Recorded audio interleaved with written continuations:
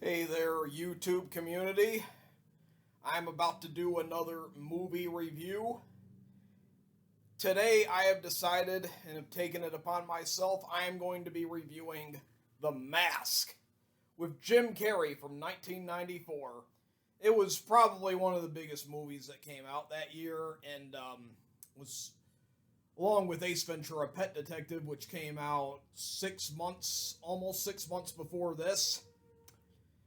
It obviously is another one of the movies that really boosted Jim Carrey's acting career. You see, Jim Carrey was only known for being in, that show that was similar to Saturday Night Live and Living Color, where, it also featured other comedians like Jamie Foxx, Tommy Davidson, who he would later be in Ace Ventura: When Nature Calls, which is the sequel to the one I just previously mentioned. I'll also have to do a review on that since that's like my overall probably favorite Jim Carrey movie along with Batman Forever. It seems as though 95 was a little bit more of the top year for movies compared to 94 when this came out, but 94 had a lot of good memorable classics too, and this Mask movie is one of them. The Mask. Yeah, with Jim Carrey playing a bank accountant known as Stanley Ipkiss. Well, he's actually, the clerk that, like, talks to, like, new customers who are just starting out with the bank and everything. Well, anyway, I don't really have a whole lot for the prelude of this review, so I guess I'll get right to the story and I'll discuss the plot and what went on in the movie. And then after that, I'll go on ahead and give my final thoughts and talk about maybe even like a deleted scene or two that I saw in it. And I'll even like kind of be maybe a little bit beside the point in the middle of the talking about the story, because that's what movie reviews are all about after all. Well, anyway, yeah, I'll go on ahead and start. The movie opens with New Line Cinema, a Turner company. At the time, Turner had had New Line Cinema as a branch of theirs instead of Time Warner, because they bought them from them temporarily, and then in like mid '96, Time Warner ended up getting it back. But anyway, yeah, I'm a little off topic there already.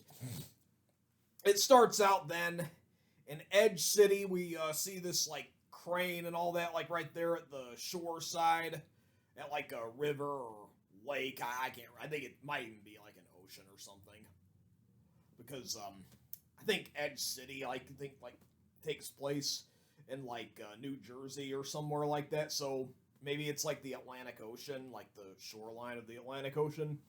Anyway, we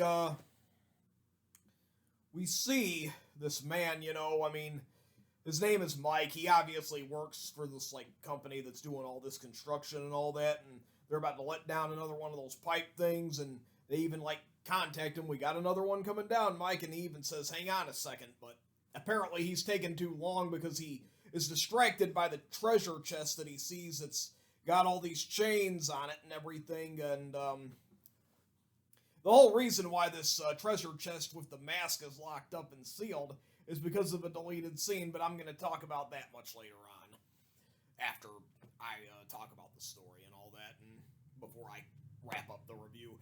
But anyway, he tries to get the chains loose and get the treasure chest open, which he succeeds at getting the chains removed from the chest, and then he opens the chest, and then the pipe comes down and crushes him on account of the fact that he really wasn't supposed to mess with what he was looking at and all that. He couldn't help but, he couldn't help but not resist the temptation to fiddle with it.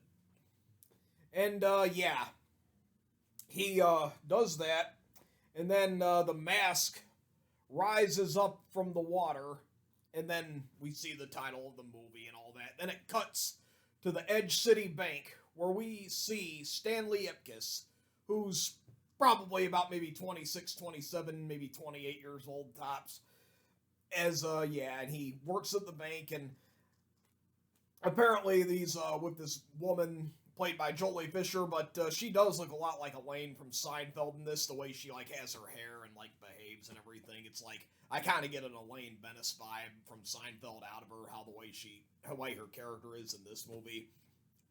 I've seen Jolie Fisher in several other things, and or maybe like a thing or two, and like previews. She doesn't usually, I think, get this hype in like most other stuff, but yeah, she's like really acting a lot like Elaine from Seinfeld. Yeah, her hair is like how Elaine's was in the first like 3 or 4 seasons. She dresses like Elaine and all that because even Elaine worked for a lot of businesses as a businesswoman for like the first several seasons of the series, and even later when she started working for Jay Peterman and all that.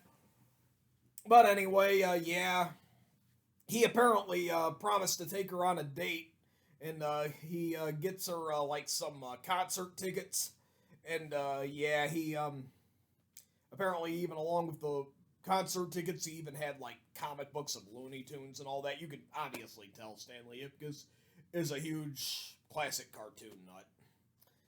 And yeah, he pulls out the concert tickets, and she like really gets jumpy and all that, and all of a sudden she even like says that her friend came into town and that she would die to go to it and all that, and she even asks Stanley if he can get an extra ticket, but at the same time he tells her that they're sold out, and she doesn't even look surprised, which kind of tells you that I think she just took advantage of Stanley's generosity and all that, knowing that he would say that she could take the other guy or whoever out, because she actually found whoever else she was mentioning a lot more of an interesting person than Stanley, because Stanley's too nice, blah, blah, blah.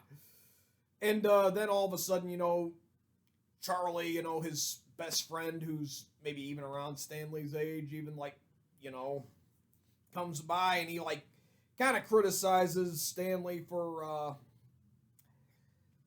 you know, being that generous and everything and all that. And then he even promises to take him on a love safari at the Coco Bongo Club, but apparently, obviously, they're not on the list. So yeah, and he even like says he'll take care of that and all that.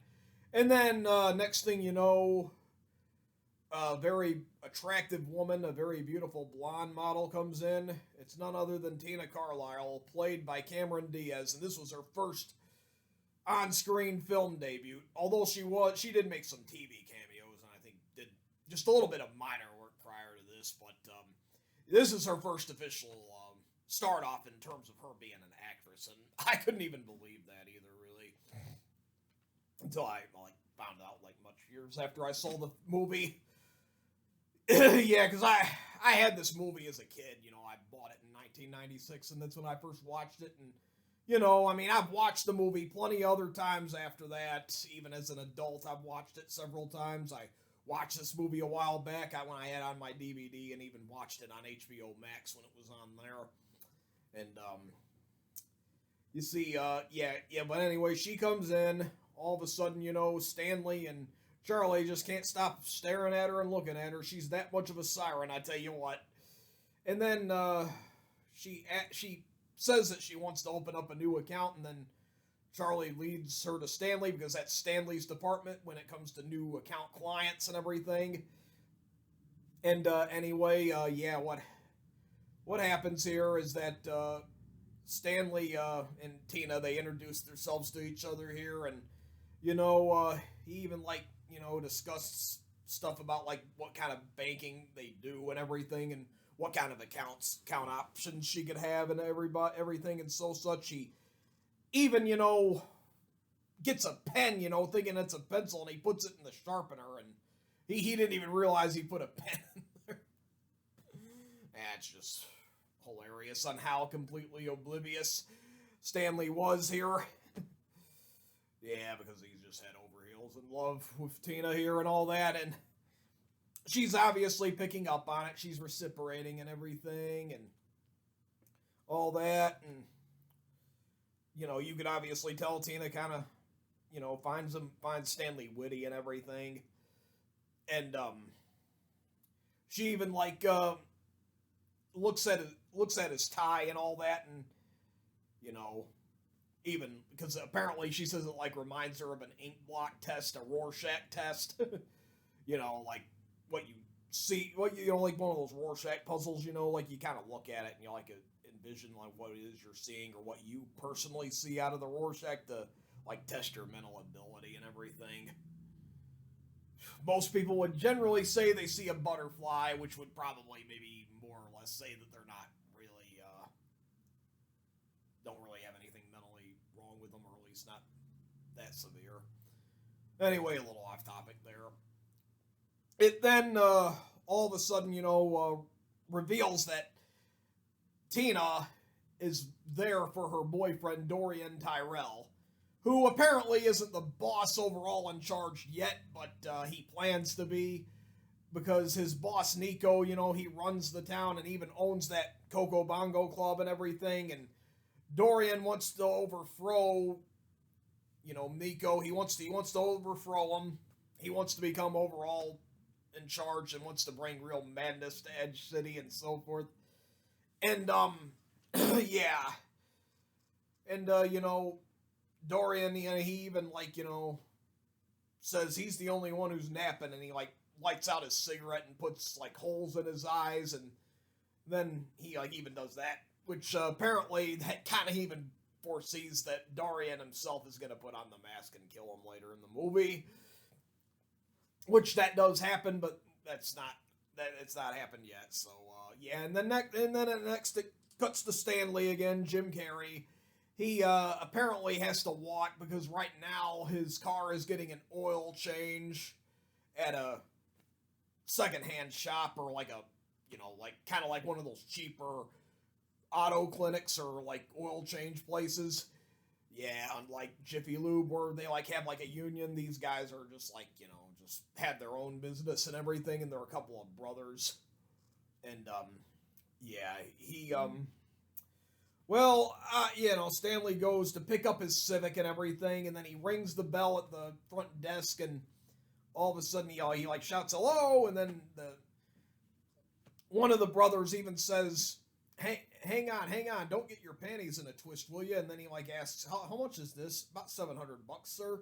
And then all of a sudden he like even asks Stanley, "What can I do for you?" And then Stanley reminds him that he's there for the Civic, and then the other brother like even says that the brake drums are shot and that he needs a new transmission, but that ain't really the case. They really demolished his car. His car doesn't even exist anymore. But after they tell him that unfortunate news, he like even tells him that he just needed an oil change, and then the brother who's checking him out even says that you're lucky we caught those problems now before they cause you some serious trouble. Sign right here, please. And then he like looks at it and even like says there's no price, and then he tells him that there will be a price, etc. And then he even remembers, since he's going to the Coco Bongo Club, he has to have a car in order to go there. You know, so like that like chaperone or whatever you call them, or like those, yeah, like those guys that like park your car for you and everything. Well, anyway, they give him a loaner. Yeah, they give him a loaner. And then he arrives at the Coco Bongo Club, and apparently everybody's like completely disgusted by the type of car he has. And he like even tries to, you know, disguise his nervousness by saying it's a classic. And then all of a sudden he finally is able to luckily meet up with Charlie and his friends, and yeah, his two girls who are friends. Yeah, he meets up with them. He meets up with the gang, and then all of a sudden he goes to the front entrance and everything. And then apparently Charlie knew Bobby, the doorman at the club, and everything. And then apparently he unleashes the rope, and then all of a sudden, you know, Stanley's like, I'll meet y'all inside. And then all of a sudden, you know, apparently the rope closed itself back up, and Stanley tries to sneak by because Charlie went in there and everything, and he thought that Charlie would have him covered, but apparently from where his name wasn't on the list, unlike Charlie's two friends, Stanley was no exception to this, and then they boot him out of the club, and then they throw him right on like a mud puddle, like right there next to the curb, and it ruins his nice dress jacket, and he even like reacts, "Oh, jeez," and Then all of a sudden a car goes zooming like really, really fast, full speed past him, and it rams into more water, and then all the rest of his dress clothes are now ruined too. And then Tina comes out, and yeah, as it happens, she's a lounge singer there at that club and all that, and Stanley didn't even know that she even had anything to do with that Coco Bongo club. And yeah, and he's like trying to keep his cool and composure because he doesn't want to act suspicious around Tina and everything. And well, what happens from here is well, what happens is that the guy who had his car, you know, and he all of a sudden he like says, "Here's your car, sir," and then he like tries lying to Tina and everything, saying that's not my car, and then the guy even says, "Well, it matches the ticket." "All right, I'll take it, but I am very angry. You're driving in a Porsche." Yeah, that's funny. And then all of a sudden, as he's driving home to his apartment, that loner that those two brothers sold him, well, anyway, it breaks down, and it's obviously a useless vehicle after all, and now Stanley has to walk all the way back home to his apartment. But even before he can do that, he decides to take a breather and just, because obviously this is turning out to be the worst night of Stanley's grown-up life. And he's just, you know, he made a fool of himself at the Coco Bongo Club.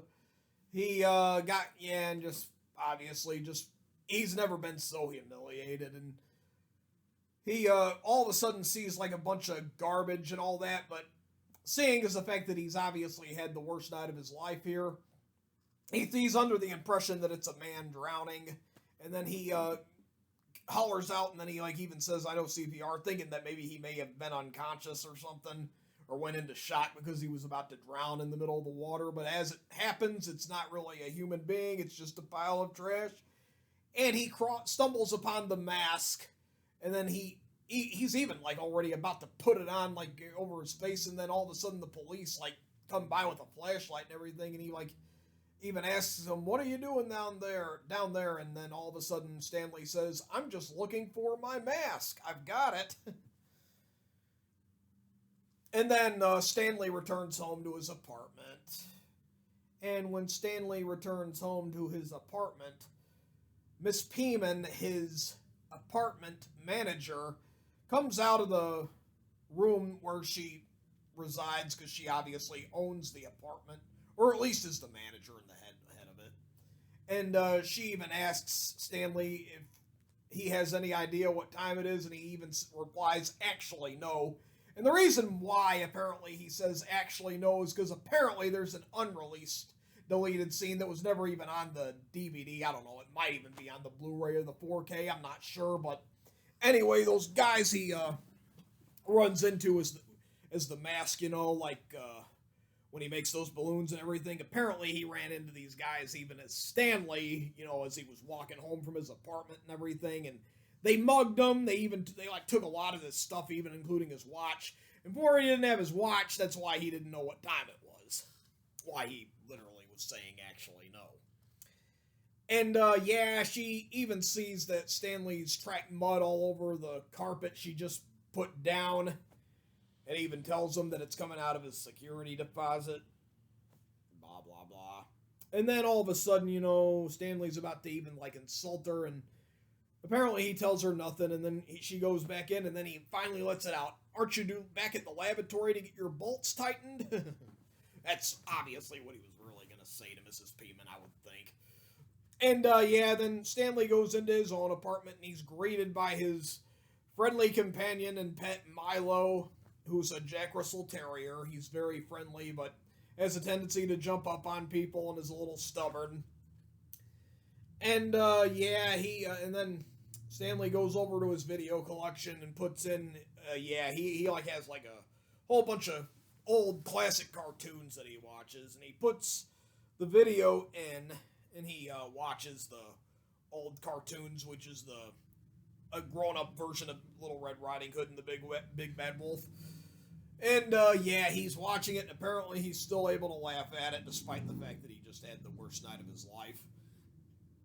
It was very humiliated and everything. And at least that kind of shows you how much of an optimist Stanley can really be, and that he doesn't hold on to stuff. But anyway, yeah, he does this, and then you know, Milo wants him to throw him that frisbee, and then he like even says, "I'm really tired. I'm not in the mood to play frisbee. All right, I'll throw it to you one time, but I can't throw it with you attached to it." And then he like throws it, and then Milo catches the frisbee, and then Mrs. Peeman, the manager, like bangs on the wall right next to his, since his apartment's right beside hers, and she even asks, "Turn down those cartoons," and stuff. And then he unfortunately has to turn off the cartoon for the night because he can't really hear it if it's turned down due to the exceptionally low quality they had on cartoons at the time. So he turns off the cartoon video and now is watching a program on PBS where Ben Stein, Dr. Arthur Newman, is doing an interview with this lady. I think she was like a real interviewer at the time, and I think she really had a show like that. I'm not sure. But anyway, it cuts to that, and he's doing the interview with her, and he like even says, "That's correct, Wendy. We all wear masks, metaphorically speaking, to suppress the id, our darkest desires, and to disguise it with a more socially acceptable image."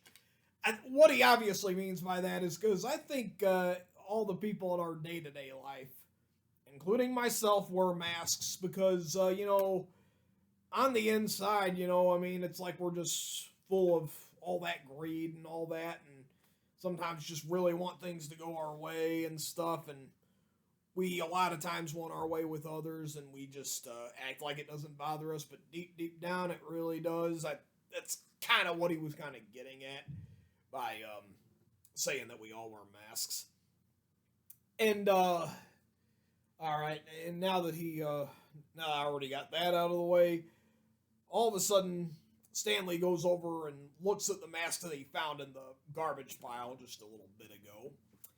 And then he even mocks Dr. Newman in the mirror. And when he mocks Dr. Newman in the mirror, he like puts on that mask, and apparently its magic is officially the mask's magic has come into play here, and he is transformed into the mask. And now that Stanley is the mask, he is the most happiest, optimistic, most, you know, jovial people you could ever encounter. And all of a sudden, he even looks at himself in the mirror and says, "It's party time, P-A-R-T. Why? Because I gotta." Yeah, and then he steps out of his apartment door, and then he tries to be as quiet as he can be because he knows that Mrs. Beeman and the other people in the building are trying to sleep and everything. And what goes on from here, he all of a sudden, you know, like one of those little alarm clocks pops out of his pocket, and then he grabs a croquet mallet, and then he destroys the alarm clock, and he like even says snooze once he squished the alarm clock, and then Mrs. Peeman goes right out of her door and apparently has like her night mask on, you know, with that blue makeup, and she like screams really, really loud at Stanley as the mask, and then the mask screams back, and then she grabs a shotgun and uses 20-aught butt shot, and 20-aught butt shot, and then she's shooting him. He jumps right out of the window at the end of the hallway, and then he falls, and "Look, Ma, I'm roadkill." And then he gets himself, out of the roadkill form, and then all of a sudden, you know, there's a guy in a car, and he like says, "Hey, get out of the road." And then he says, "I think he wants to communicate." And then he pulls out this little like horn that says, "Squeeze me gently," and then he squeezes it gently, and then it like makes a really loud noise, breaking his windshield and the stuff on his car. And then all of a sudden, after that, the car drives off, and then the guys who obviously seem to have attacked him earlier even says, "Hey, mister, have you got the time?" This guy that attacks him, I'll even admit, he kind of looks like Bray Wyatt a little bit, you know? I mean, the way he looks and everything, his face and everything, that guy. Obviously, it ain't Bray Wyatt because Bray Wyatt's not that much older than me. So, but obviously it's a look-alike he had back in the 90s. Not even sure what the actor's name is. Anyway, yeah, but anyway, as I was saying, yeah, he like asks him if he's got the time, and then and the mask even, like, look at that, it's exactly 2 seconds before I honk your nose and pull your underwear over your head. Then he, like, goes, "Come on." And then he, like, opens up a balloon stand, makes them all, like, balloon animals, and then he, like, all of a sudden does, "For my first trick, I want to do something for you, son." And then all of a sudden, you know, he, like, even goes, "We have a giraffe. There you go, son. Now get out of here. You're bothering me." And then, now for my next trick. Sorry, wrong pocket. "For you, son." Little body language. "A French poodle." And then, "Sorry, son, the dog was rabid. We had to put her down." And last but not least, my favorite, and then he makes a Tommy gun, an actual Tommy gun, out of these balloons, you know, like, you thought he was just going to make, like, another balloon project, but it turned out he actually used the power of the mask, and was able to make him a real Tommy gun. And then he shoots it, and then the guys, like, run for their lives and, like, hide from him, because they don't want him to shoot him and everything, blah, blah, blah. And then all of a sudden he even realized, this is incredible. With these powers, I can be a superhero. I can fight crime and protect the innocent. And then all of a sudden he gets his revenge on those mechanics, you know, those, like, fraud mechanics who broke his car and everything. And he attacks them, and he puts those, like, big, like, muffler things up their rears. And then all of a sudden, you know, Stanley wakes up thinking that it was a dream, and all of a sudden he gets a knock on the door, and it's none other than Lieutenant Mitch Calloway, played by Peter Riegert. Apparently it was actually suggested that Tim Allen was originally supposed to play him, while Keanu Reeves or Matthew Broderick were supposed to play Stanley Ipkiss, the Mask. That's a little off topic. But anyway, yeah. Lieutenant Calloway comes in, and, yeah, he, like, asks him if he's Stanley Ipkiss, and then he, like, tells him he's with the city precinct and everything. And then he even, like, asks him if he knew anything about the disturbance last night, saying is the fact that he lives right next door to Mrs. Peeman and everything. And he, like, even says some kind of prowler broke in and attacked Mrs. Peeman, and that's obviously a reference to the Mask and himself. But the only thing is that, you know, I mean, he had no choice but to tell him what he told him, because, you see, Stanley didn't really even have any control over his actions or anything when he had the mask on. So even though he was aware of all this and knew it, he had no, you know, this was all, you know, uncontrolled thing, you know. I mean, he had no choice or willpower or anything while having on the mask, so obviously there was really nothing that could be done about it anyway. So, yeah, and then all of a sudden, you know, he, like, asks, like, he couldn't even hear anything, saying that he had like an inner ear problem. And then Lieutenant Calloway he gives him his card and tells him to call him if he finds out or remembers anything about what happened, and that to give him a call. And then Stanley wishes him luck at cracking the case and with his career and everything. And all of a sudden, that's when he realizes that he's late for work. And then the next morning, it shows the mechanics with the mufflers up their rears, and they're, you know, being brought onto an ambulance. And then Peggy Brandt, played by Amy Yesbeck. Anyway, she comes along and, like, asks Lieutenant Calloway if he knows what's going on, and he even, like, says no, and you can quote me. And then she even, like, says it looks like it was some sort of mob tactic, implying that Peggy Brandt may be even bad all along, even we're about to find out later about her. But anyway, yeah, a little off the point though. And after she says a mob tactic, she tries to run as fast as she can to avoid the press and the cops and all that.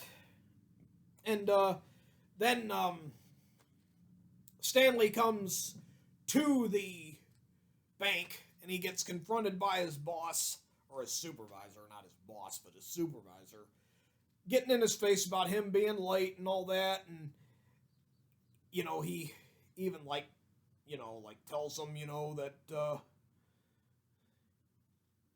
certain stuff, about, like, the paper and everything that had Tina and everything, and thinking that, he's spending too much time on that. But then Charlie, of course, reveals to him that she's a prospective client of Stanley's and everything, and all of a sudden, he tells him to bring her to his office after she comes in again and stuff, or when she comes in again. And then, all of a sudden, what happened after that was, oh yeah, well, apparently, Charlie starts saying that, Charlie tells Stanley that Tina really isn't good for him and that he should be dating somebody else, and he just improvises on Peggy Brand. He could have obviously improvised on an elderly lady too for this, but since Peggy Brand came in and he laid his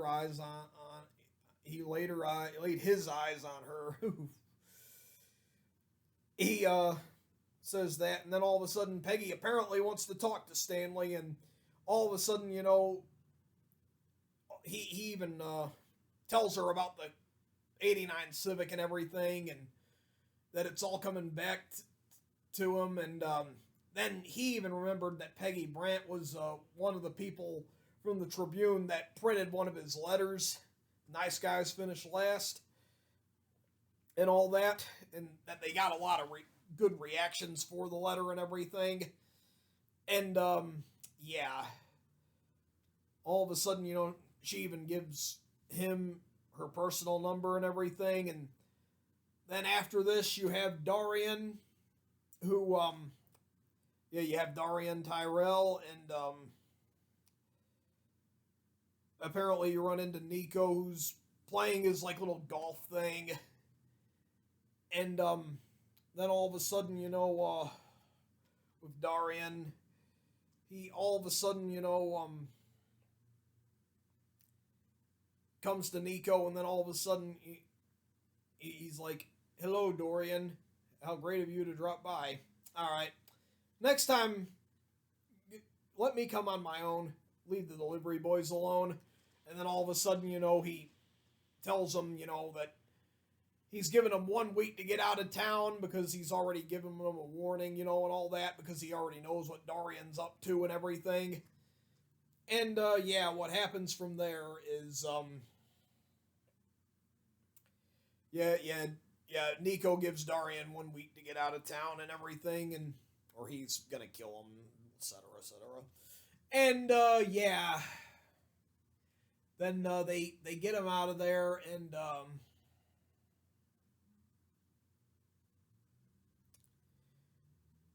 it, then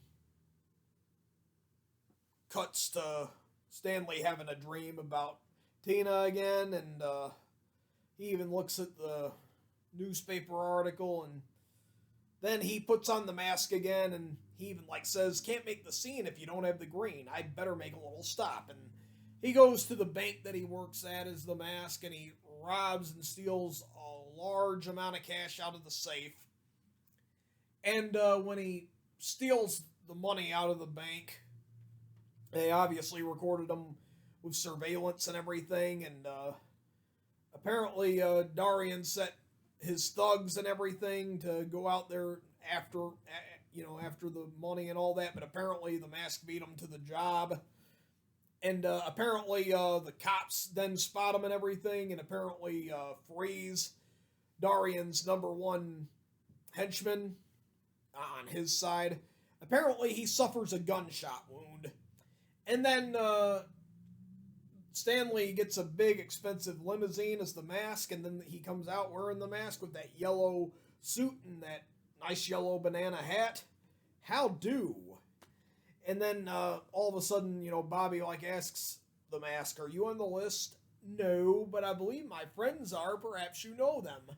Franklin, Grant, and Jackson." And then he flips the money and gets by Bobby and all that. And even though Bobby obviously wasn't going to use the money as an excuse because his name wasn't on the list, but he flipped the money to get everybody to riot and all that after the money and everything.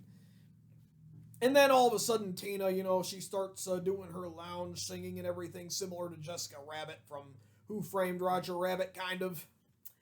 And, yeah, that happens, and apparently the mask starts acting similar to the wolf from that cartoon he was watching earlier. And, then he gets to dance with Tina and everything, and it turns out being a fantastic night for him and everything, and all of a sudden, Dorian confronts the mask and everything and stuff, and he even does a movie number kind of thing, when he even mentions, tell Auntie M to let Old Yeller out. I think he's talking about both Old Yeller and Wizard of Oz because of Auntie M. And then he even says, "Tell Tiny Tim I won't be coming down this Christmas." And who'd have thought 15 years later that Jim Carrey would be voicing Ebenezer Scrooge in the Disney 3D animation Christmas Carol. That's actually a pretty good one, along with the Patrick Stewart version too. But anyway, I need to get off of that. And yeah. And then all of a sudden he even does that thing from Gone with the Wind. Only he does give a...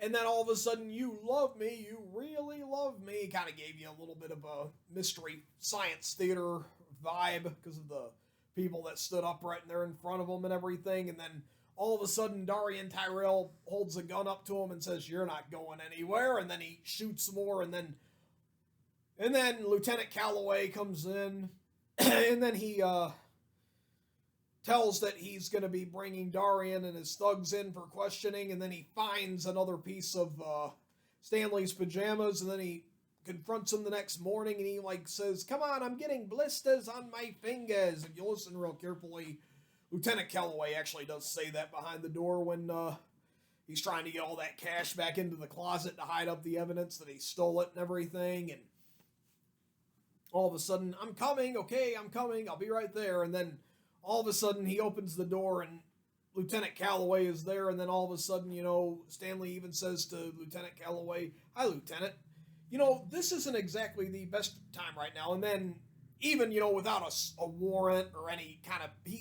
Lieutenant Calloway was probably going against the police and the precinct regulations by just stepping foot in Stanley's apartment and everything when he didn't even have permission to do so. And, yeah, he, asks him where was he, and he, tells him that he was there mostly, and then all of a sudden, "What do you know about this Mask character?" And then he, asks Mask, "Don't insult my intelligence, Ipkiss. He robs the bank you work in, and I find a pair of these in the Cocoa Bungo and stuff." And then he even asks if he could see the pajamas and everything, and not to mention how Milo was, still over there by the door with all the cash. Apparently that was improvised because the dog kind of got out of hand, when it came to him being an animal actor and everything. It got out of hand. He just couldn't stop biting the door like he was. And, yeah, so they had to kind of improvise that. And Milo really wasn't supposed to be by the door at that. And then all of a sudden, Stanley even says that the pajamas were stolen, and then all of a sudden, Lieutenant Calloway reacts, "Somebody stole your pajamas?" And then all of a sudden, what is the city coming to when a man's pajama drawer is no longer safe? And then all of a sudden, it cuts back to Lieutenant Calloway with his partner Doyle.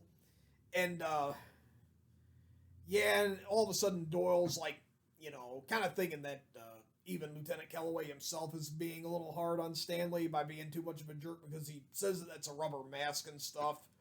But kind of like have a little spectacle that it could be Stanley, that was the one who did it and everything, kind of like that. And he's even, trying to get more and more proof that Stanley Ipkiss is the mask and stuff. And he's even saying that he'll want to whack him up and keep him behind bars until doomsday. And, what ends up happening is, Stanley Ipkiss then the next day has an appointment with Dr. Newman, who happens to have an office right there in Edge City. And all of a sudden, Dr. Newman, played by Ben Stein here. Ben Stein was in a lot of movies in the 90s. But anyway, he's playing Dr. Newman here, and he observes the mask that he has been using, and then he even tells him that it's an interesting piece and that it was Scandinavian, or most likely the Norse night gods, which would happen to be Loki, and when it comes to Norse mythology and all that. And then he even says, "I'm talking about mythology, Mr. Ipkiss. This is a piece of wood."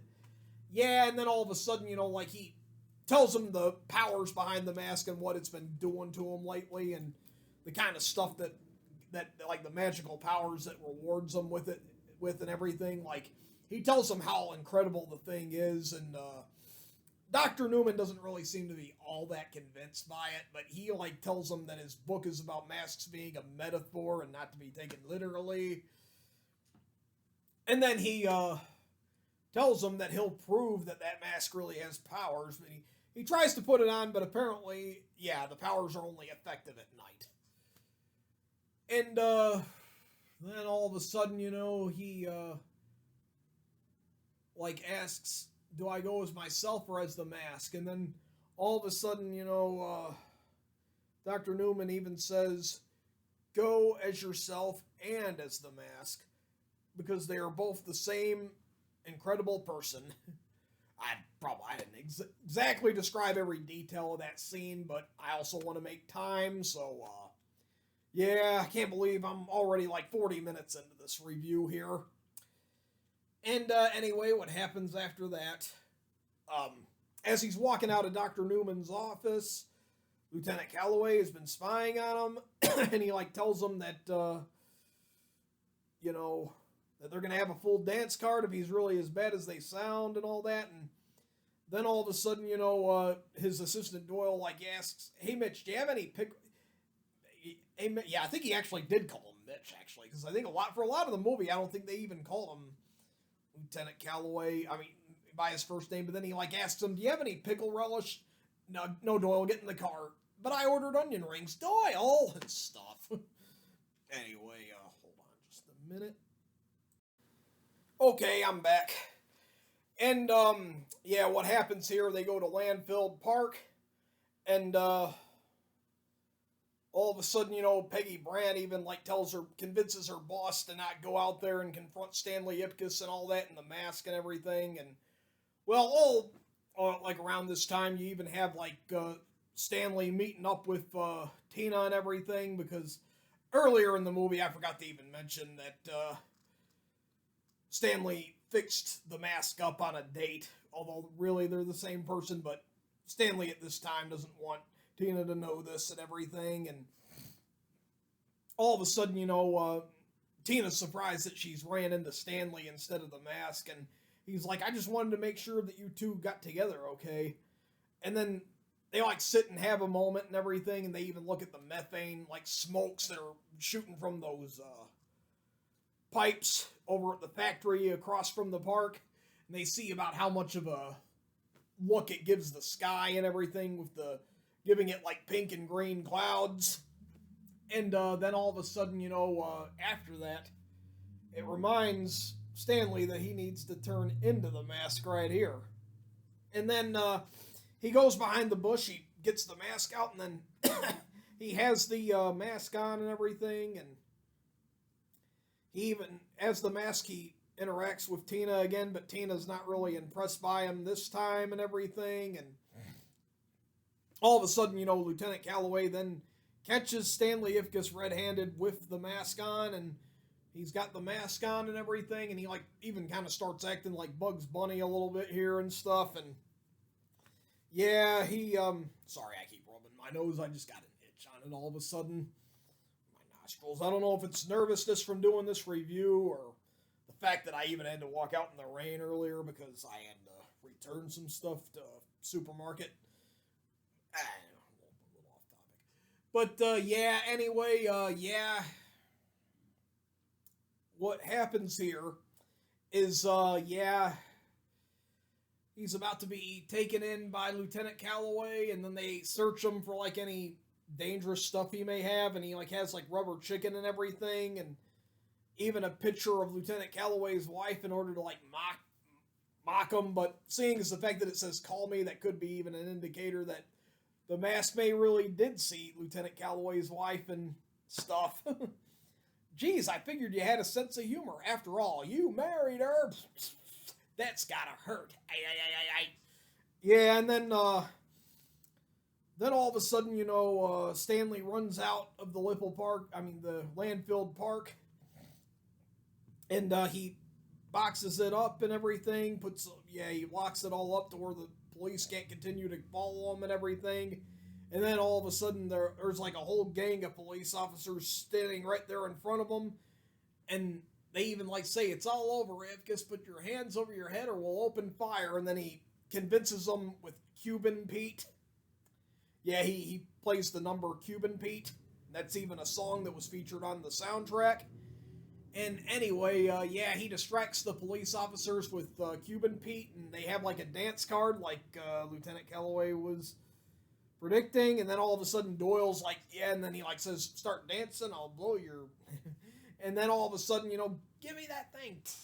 Yeah, and then all of a sudden, Stanley gets away from like everything that was going on, and he takes the mask off, and then Peggy Brandt saves his life. Apparently, she was turning him in for the 50 grand that Dorian Tyrell was. Yeah, because he put a bounty on Stanley Ipkiss's head, and Dorian wanted 50,000. Dorian was going to give whoever brought Stanley in 50,000. And then all of a sudden, he gives Peggy the money and everything, and which kind of implies that Peggy Brandt was probably the bad gal the whole time. She was just, using that reporter thing as a front. She even knows a lot about the Edge City criminal underbelly and all that, too, from what we first saw of her with the mechanics, when she suggested it was a mob tactic. And, and then all of a sudden, Dorian puts on the mask himself, and then they throw Stanley right into Lieutenant Calloway's lap, and finally, Stanley's locked away in jail, and apparently Milo is able to find Stanley because, what happened and everything. And, because apparently they even ended up, because Dorian's thugs found the money and everything. That's how Milo was able to find where Stanley was. And then, after all that happened and everything, Tina ends up visiting Stanley while he's behind bars and everything. And when she comes and visits Stanley confesses to Tina that he was the mask and everything, and about like what the mask does, about how it brings your inner desires to life and everything. And in Dorian's case, this is very dangerous. And since he's going to do something terrible to the Coco Bongo Club and possibly the rest of Edge City, Stanley knows that his help is needed right then and right now, and because the Edge City police, they want nothing to do with it. And there's even that overweight cop who's sitting there watching his TV, not really keeping an eye on Stanley and everything. And after Tina was being chased by Dorian's men,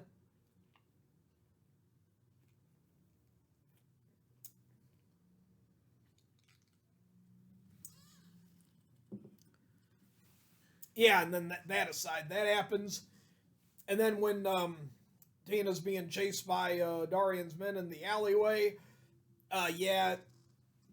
Milo jumps up and ends up getting into the cell, and then he ends up getting the keys, and then he knocks out the police officer at the desk, and then apparently, as it happens, Lieutenant Calloway happened to be passing by, and then he like held it, and he holds Lieutenant Calloway at gunpoint, and he like even like steals like his keys and everything, and he like reminds him, now don't be an idiot, because you're in the middle of a police station, and there's no way you're walking out of here like this, and he like tells him that he pretends to be a prisoner and everything, and all of a sudden, he, and then as they're like both cuffed together and everything, he all of a sudden is out at the front of the police station, and then Doyle ends up asking Lieutenant Calloway where he's taking Ipkiss, his, Lieutenant Calloway's partner in law, Doyle, he's the lieutenant, and apparently Doyle's his partner, and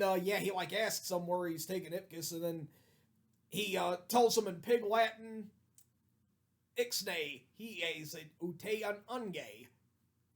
Translation, he's got a gun. And then all of a sudden, apparently Doyle couldn't really get it and all that, and all of a sudden, Stanley has to drive real fast as he can to get to the Coco Bongo, and all of a sudden, Dorian comes in and crashes the party and all that, and Miko like even asks, who the hell are you? And then Dorian says, I'm just the next employee who's come for his back pay, or should I say, pay back. Dorian, kill him, and then yeah, and they fire guns back at both Dorian's team and Miko's team. They fire the guns back and forth at each other, and then Dorian breathes in and then shoots out real actual bullets, killing Miko and everything, and then Dorian says, I will be your host for the remainder of the evening and stuff, and then Dorian, and then Stanley, Lieutenant Calloway, and Milo arrive at the Coco Bongo Club, and and then when they arrive, Stanley ends up breaking in, to the club and everything, and then he even runs into his friend Charlie, and he like says, take this gun, and starts sneaking people out the back and stuff, because they need to get out of there, because they're, Dorian's about to blow it up. And then, all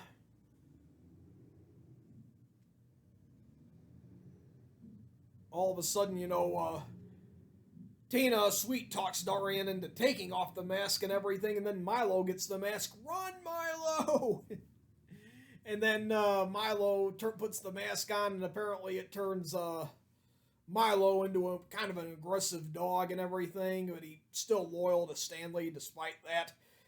And and then all of a sudden, even Stanley and Dorian are in a fist fight at this part and everything, and all of a sudden Dorian even tells him, I'm going to take you apart, and then all of a sudden Stanley even says in response to that, well, I hope you can enjoy the victory with one freaking eye, and stuff.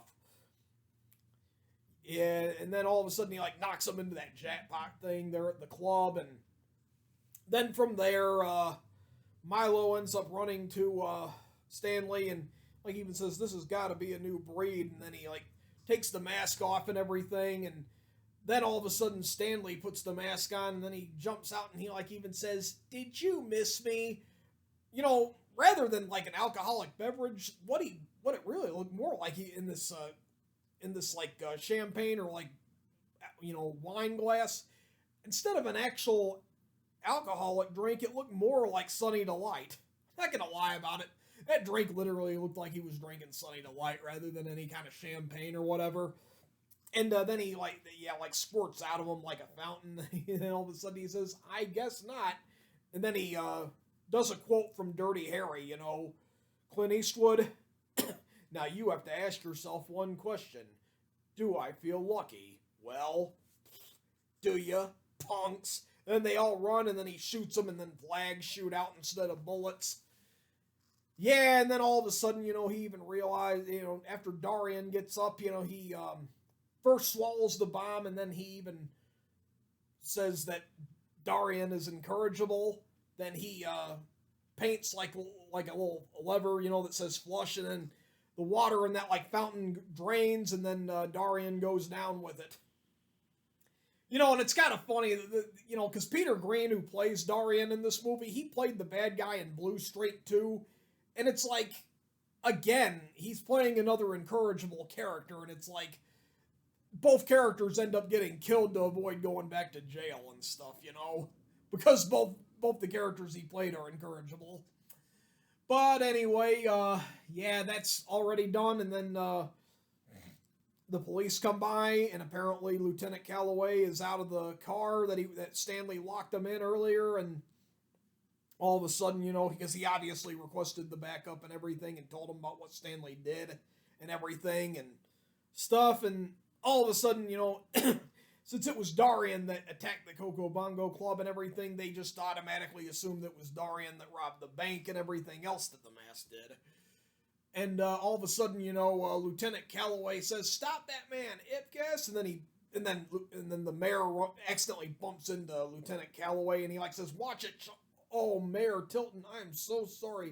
And then he asks, "What the heck's wrong with you, Calloway?" And he says that Stanley's the mask, even though he was, but Stanley really had no control over himself when he had it on, and then obviously the mayor is convinced that it was Dorian who was the mask.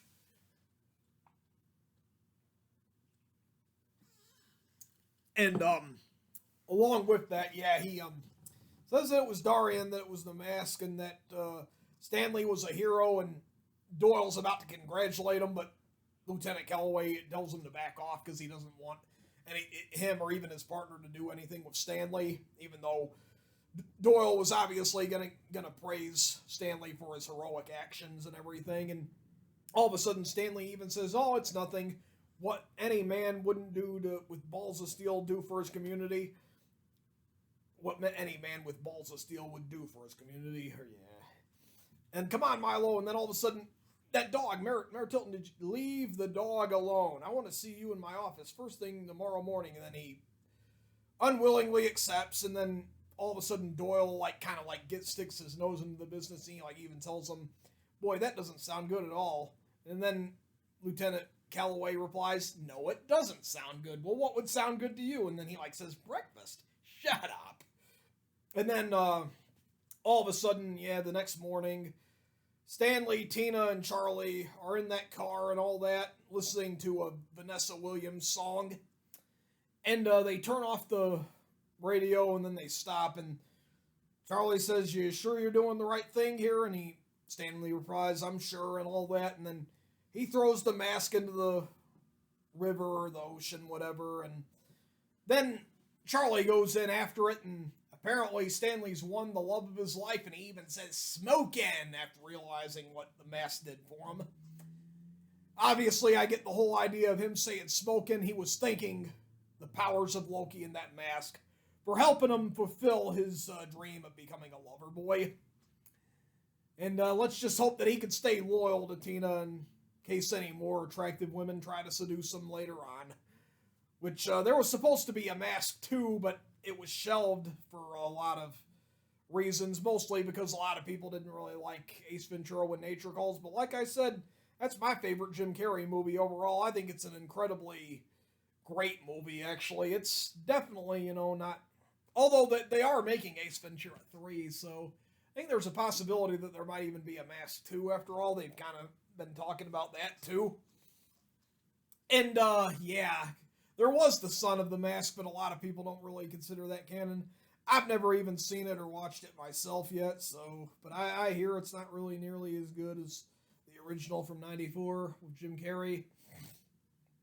But yeah, as this happened, the movie was released in '94, released January of '95 on VHS. Like I said, I bought it summer of '96 on VHS, and I've liked the movie since. Yeah, I don't really have a pure loyalty to certain fandoms or any of that, but I like a wide variety of it all. See, when you like a lot of this entertainment, you can't just be loyal to one and watch it over and over again, or just watch one series and that be it. You gotta kind of mix it up, if you ask me, if you really want to be at least somewhat satisfied with a lot of this stuff, And I also remember, when it came to the VHS version of this, and it really would have been awesome if they'd added this to the DVD too. But yeah, from where Turner was connected to New Line Cinema, and since Cartoon Network was still a pretty new channel and Space Ghost Coast to Coast was a brand new show,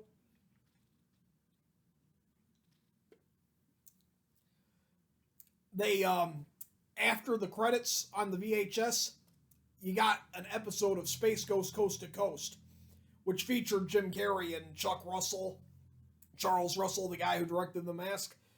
Space Ghost interviews them both in it and everything, and it's an incredible episode of Space Ghost Coast to Coast, because Space Ghost Coast to Coast is still, in my opinion, one of the best talk shows ever, even though it's like partial animation, or mostly animation over live action. But it would be cool if maybe Space Ghost Coast to Coast would make a comeback and everything, maybe even become an HBO Max exclusive, if they were to, like, continue it. Because as I understand it, Game Tap ended up getting the remainder of the series, but that didn't really go so good. But since HBO Max is an over-the-top streaming service, I personally think that they could have better luck with Space Ghost Coast to Coast new episodes than what Game Tap had.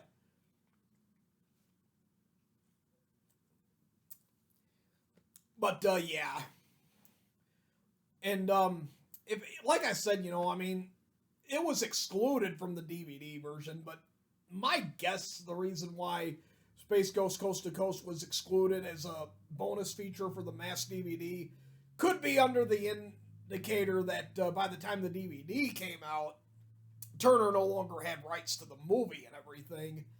And therefore, the connection between Cartoon Network and New Line Cinema, Time Warner, and Warner Brothers wasn't, like, purely all under the governance and all that.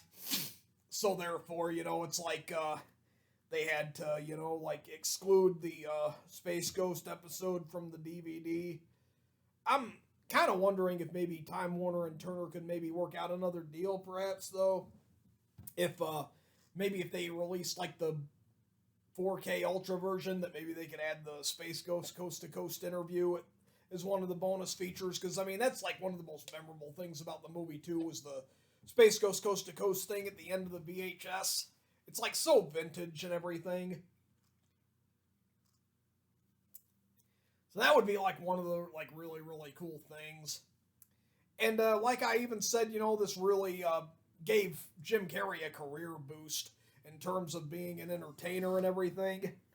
Because, then after this movie came out, even before Batman Forever and Ace Ventura When Nature Calls, he was in the very big comedy hit Dumb and Dumber, which was also a Turner New Line Cinema feature. And, of course, he had co-star Jeff Daniels in that with him. And that's also another memorable, funny classic.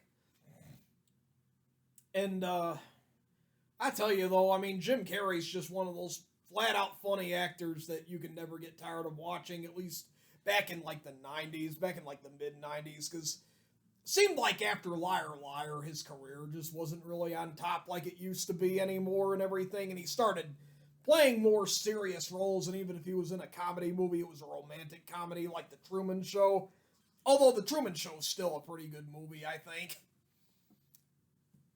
It's just very interesting, and it's something different, and that's what was so great about The Truman Show. I might even possibly do a review on The Truman Show, maybe, as well as some other Jim Carrey classics, since Jim Carrey was one of my favorite actors growing up, and even to this day, I still think he's a relatively better Riddler than Paul Dano and the new The Batman, although Paul Dano's Batman was, Paul Dano's Riddler, like I said, I still think Jim Carrey's a better Riddler over Paul Dano, but even compared to Paul Dano's, Paul Dano did put a new flavor on the character of the Riddler and everything, kind of made him a little bit more like Jigsaw from those Saw movies, so, because a lot of times we really do compare the Riddler and Jigsaw, John Kramer from Saw, to be very similar characters in terms of their ego and what they do to their victims and everything by making them solve puzzles and everything. The only difference is that the Riddler's puzzles are usually not that deadly and dangerous most of the time, while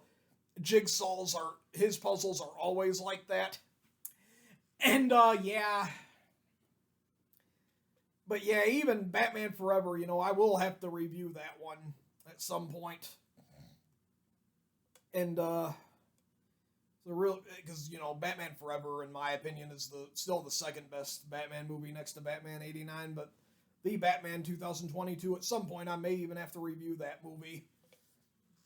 You never know, I might even be the first Batman movie I review, too, since I've just watched all the others too much. And I kind of want to review some stuff that are a little bit different.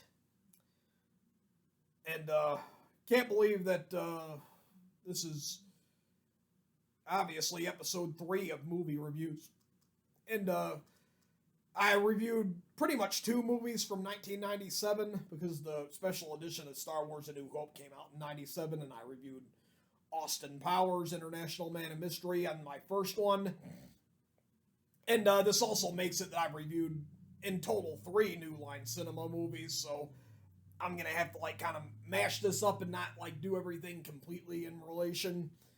And I think I've already pretty much made up my mind for episode 4 of movie reviews. Episode 4 of movie reviews, I'm thinking I'm going to probably review Silence of the Lambs.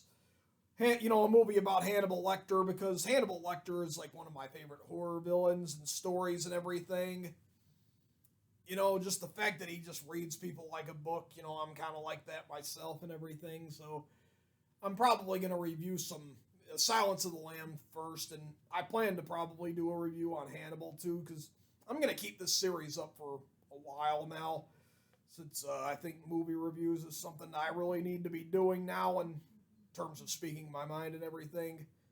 But I guess this will overall conclude it for the Mask review. I don't want to go too much into detail, and sorry if I may not have described exactly every detail of what went on in the movie and reviewed it. But now I think it's time to come up with the score of what I'm going to give The Mask from 1994 with Jim Carrey. Well, I am going to say that even compared to Ace Ventura, Pet Detective, and When Nature Calls, and even Dumb and Dumber, I mean, this is probably probably more in line with kids and all that, since the way they kind of, like, lighten the tone of the movie. It doesn't really have that much gross or dark stuff in it all the way completely. But nonetheless, I overall probably give this movie, I'm gonna probably go on ahead and rank it maybe a 7.4 out of 10. I think that's an appropriate score for this movie, so it's a very recommendable film. I would suggest that y'all give it a try if you've never seen it and want to get more into something with Jim Carrey that you haven't watched yet. This is a good pick. Anyway, I'm out for now.